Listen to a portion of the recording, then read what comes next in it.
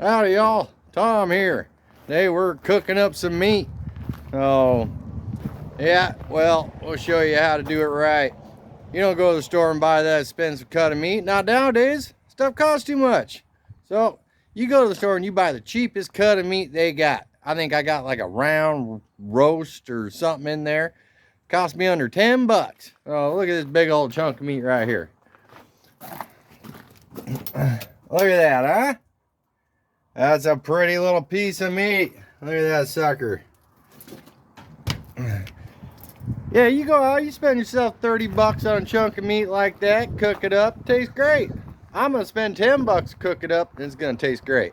That's simple. A little salt, pepper, garlic, get it in your smoker, run it 200, 220, 6, 8 hours, 10 hours, matters how cheap your meat is, and it'll come out good. So we're gonna smoke this all day here, and we'll come back at you and show you how long it took and what temperature we actually ended up running, because you never know around here what's gonna happen, and go from there.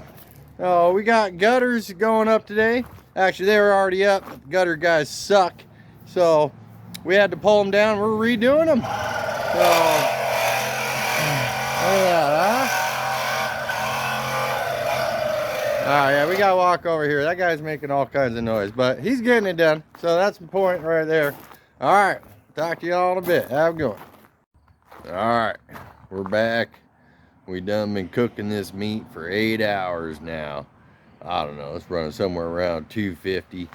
I don't know, probably about 4 or 5 hours in, I took and wrapped it up in aluminum foil. It didn't have that much fat on it. Looked like it was starting to dry out a little bit.